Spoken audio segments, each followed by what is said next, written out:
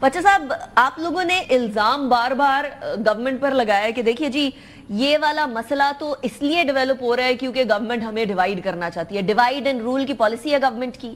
یہ پہلے ہی آپ لوگوں کا ڈسپلن کا فقدان تھا نا، اس کے اوپر کسی کے بارے میں بات کرنے کی کیا ضرورت پڑی جہاں جو اس پوائنٹ پہ معاملہ آ گیا کہ الٹیمیٹلی آپ لوگوں کو یہ ڈیسائیڈ کرنا پڑا کہ نہیں لسٹ کے علاوہ کوئی نہ جائے. یہ بات پہلے کیوں نہیں پتا تھی سارے لیڈران کو؟ بسم اللہ الرحمن الرحیم. دیکھیں عفان اللہ خان صاحب کی بات جو ہے وہ دو حصوں میں، آپ اور عفان اللہ خان صاحب نے جو بات کی ہے وہ دو حصوں میں ہے.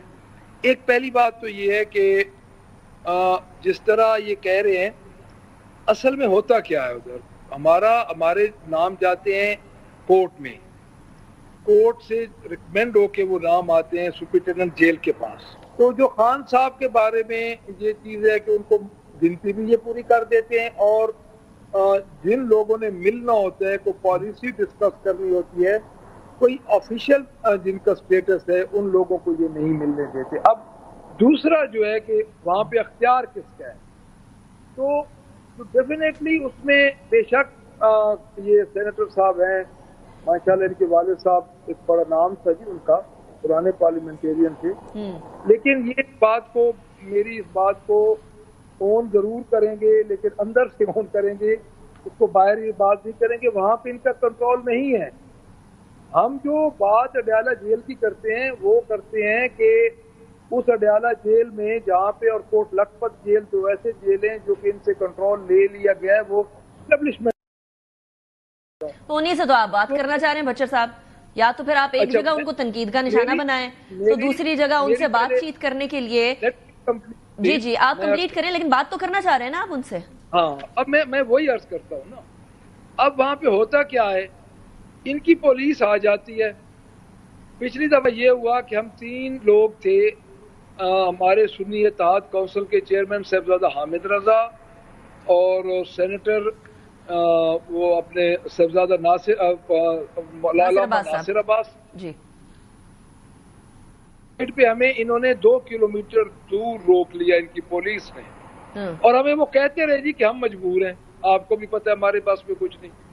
دوسری طرف عمر ایوب صاحب کو اور شبلی فراز صاحب کو انہوں نے روک لیا. اب عمر ایوب صاحب کو کہتے تھے کہ آپ بندے پورے کریں، ہمیں ادھر سے آگے جانے نہیں دیتے تھے. تو دیکھیں یہ جتنی بات بھی کریں میرے عزیز، یہ بات اصل یہ ہے کہ ان کے پاس کنٹرول نہیں ہے. میں یہ اصل والی بات پر بچر صاحب میں جواب لیتی ہوں سینیٹر صاحب کا، لیکن اس سے پہلے مجھے یہ بتا دیجئے گا، آپ نے تھوڑی دیر پہلے یہ فرمایا ہے کہ جی آفیشل سٹیٹس والے لوگوں کو نہیں جانے دیتے، ادھر ادھر کے لوگوں کو جانے دیتے. تو ایک تو بیرسٹر گوہر بھی تو آفیشل سٹیٹس والے ہیں نا، وہ بھی تو ملاقات کر رہے ہیں، چیئرمین ہیں. ان سے زیادہ آفیشل سٹیٹس کس کا ہوگا؟ ان کی تو ملاقات ہو رہی ہے. تو یہ آپس کے اندر ایک دوسرے کے اوپر کہنا کہ دیکھیں نا یہ جو منظور نظر ہوتے ہیں ان کی ملاقات ہو جاتی ہے، دوسروں کی نہیں ہوتی ہے، یہ تو آپ لوگوں کا اندرونی معاملہ لگ رہا ہے. وہ تو پھر اس کو ایکسپلوئٹ کریں گے. دیکھیں میری عرض سن لیں، قطع نظر اس سے کہ افیشل سٹیٹس کا مطلب یہ ہے کہ ہم 3 اپوزیشن لیڈر ہیں. بیرسٹر گور ہمارے چیئرمین ہیں جی، وہ تو جائیں، ان پہ تو کسی کو کوئی اعتراض ہی نہیں ہے.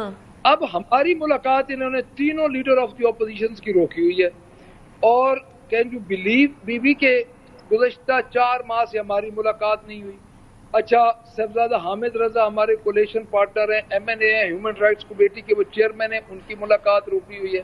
علامہ ناصر عباس صاحب ان کے کولیگ ہیں، عفان اللہ خان صاحب کے وہ سینیٹر ہیں، ان کی ملاقات روکی ہوئی ہے. ہمیں یہ اعتراض نہیں ہے کہ چیئرمین، یہ تو ڈیفینیٹلی انہوں نے جانا ہے.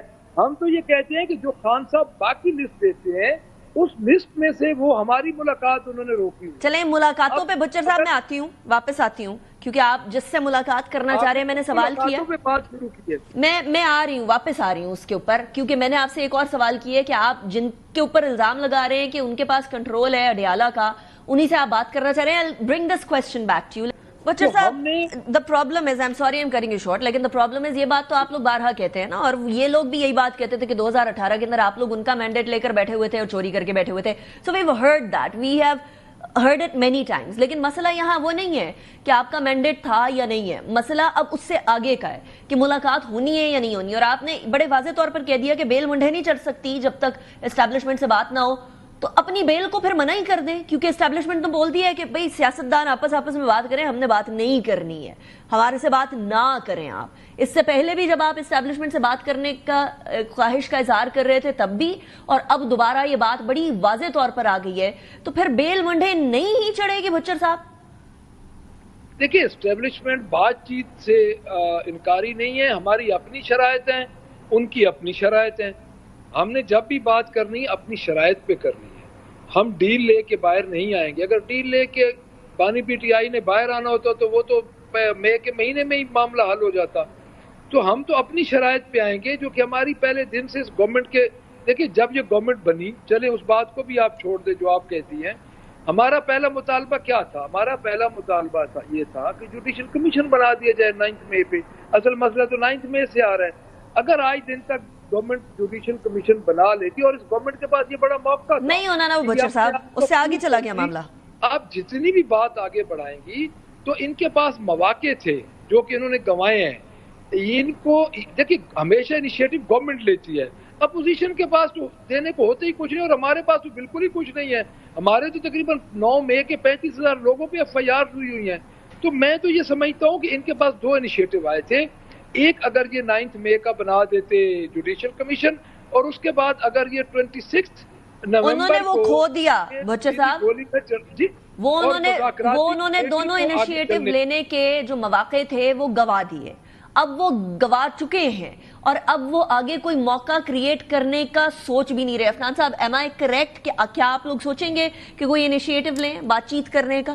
دیکھیں ہم نے تو بہت دفعہ ٹرائی کر لی ہے ماضی میں، آپ کے سامنے نہیں ہے۔ دیکھیں سیاست میں ظاہر دروازے آپ بند تو نہیں کرتے، اگر کوئی مناسب بات ہوگی تو ہم سننے کے لیے تیار ہیں، لیکن میں یہ مناسب بات کیا ہوگی؟ مطلب کہ آئین اور قانون میں رہ کے چارٹر ڈیموکریسی، آئین اور قانون میں رہ کے وہ کہہ رہے ہیں کہ آپ کھولیں ہلکے سارے۔ نہیں میں اس کے اوپر آ جاتا ہوں۔ دیکھیں بات یہ ہے کہ میرے بھائی نے یہ کہا کہ جی فارم 45 کی حکومت ہے اور اسٹیبلشمنٹ کا رول ہے، اور تو یہ سارا کچھ جو ہے یہ کیا ایک دم سے آسمان سے تو نہیں اترا نا، یہ اس کے پیچھے ایک پورا بیک گراؤنڈ ہے۔ اچھا، 2007 میں آپ کا چارٹر ڈیموکریسی ہوتا ہے، 2008 کا الیکشن آپ کا ٹھیک ہوتا ہے، 2013 کا الیکشن آپ کا ٹھیک ہوتا ہے، 2013 کے الیکشن کو آڈٹ کرتی ہے سپریم کورٹ اور وہ کہتی ہے کوئی سسٹمیٹک ریگنگ نہیں ہے اس کے اندر۔ 2018 میں کس نے آگے ہائیبرڈ نظام بنایا؟ دو غلطیاں ایک صحیح بات، 2 نیگیٹوز کے ناٹ میک نہیں میں اس پہ آ رہا ہوں، میں اس پہ آ رہا ہوں۔ نہیں آپ ایک چیز غلط ہو جائے وہ ٹھیک اوور نائٹ تو نہیں ہوتی نا، اس کو ٹھیک کرنے میں ٹائم لگتا ہے، لیکن میں بتا یہ رہا ہوں کہ بھئی یہ نظام لائے عمران خان صاحب ہے، یہ ان کے لیے لایا گیا ہے یہ نظام، تو اب جو ہے جب آپ اس کے ریسیونگ اینڈ پہ آ گئے نظام کے تو اب آپ کو برا لگ رہا ہے۔ اب یعنی صبر شکر کریں وہ لوگ؟ صبر شکر کیا؟ مجھے بتائیں یہ کون سا الیکشن 2018 کا یہ جیتے تھے جو بار بار لوگوں کو کہہ رہے ہیں؟ نہیں جیتے تھے، چلیں وہ انہوں نے ریگ کیا، آپ بھی نہیں جیتے تھے، آپ لوگوں نے بھی ریگ کیا، چلیں اگر اوور آل ایک بلینکٹ سٹیٹمنٹ دینی ہے تو دے کر اب مجھے بتائیں اب کیا کرنا ہے؟ اب یہ کرنا چاہیے نا کہ آپ آگے جو معاملات ہیں وہ صحیح ہوں۔ آگے معاملات کیسے صحیح ہوں گے؟ اس طرح صحیح ہوں گے کہ آپ جو ہے وہ کسی ایک منیمم کامن ایجنڈا پہ ساتھ بیٹھیں۔ الیکشن جو انیشیٹو آپ نے لینا ہے، وہ بچر صاحب کہہ رہے ہیں کہ initiative ball is in your court, election کے اصلاحات کے اوپر بات ہو سکتی ہے، آگے جو ہے وہ معاملات کیسے لے کے چلنے اس پہ بات ہو سکتی ہے، لیکن اس طرح جو ظاہر اگر یہ خالی اگر یہ اس کو تاریخ جو ہے وہ 2022-23 کے بعد شروع ہو تو پھر تو آپ کہہ سکتے ہیں، لیکن تاریخ تو بہت پرانی ان تمام معاملات